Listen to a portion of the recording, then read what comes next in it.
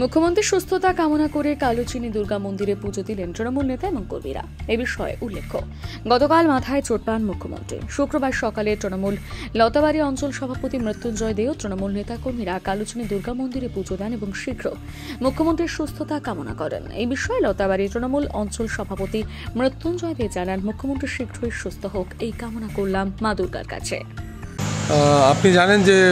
আপনারা জানেন যে গতকাল আমাদের রাজ্যের মুখ্যমন্ত্রী শ্রীমতী মমতা বন্দ্যোপাধ্যায় গুরুতরভাবে আহত হয়েছেন, উনি মাথায় চোট পেয়েছেন।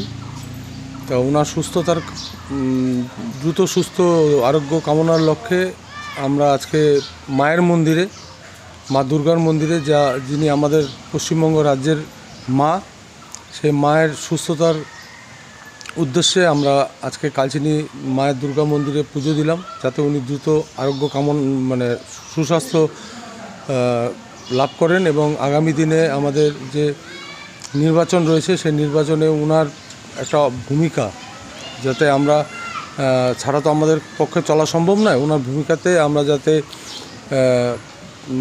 ঠিকঠাক মতো পরিচালনাটা করতে পারি সব কিছু, সেই উদ্দেশ্যে আজকে আমরা মন্দিরে এসেছিলাম পুজো দিতে।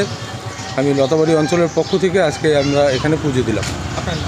আমার নাম মৃত্যুঞ্জয় দে, আমি লতাবাড়ি অঞ্চলের তৃণমূল কংগ্রেসের সভাপতি।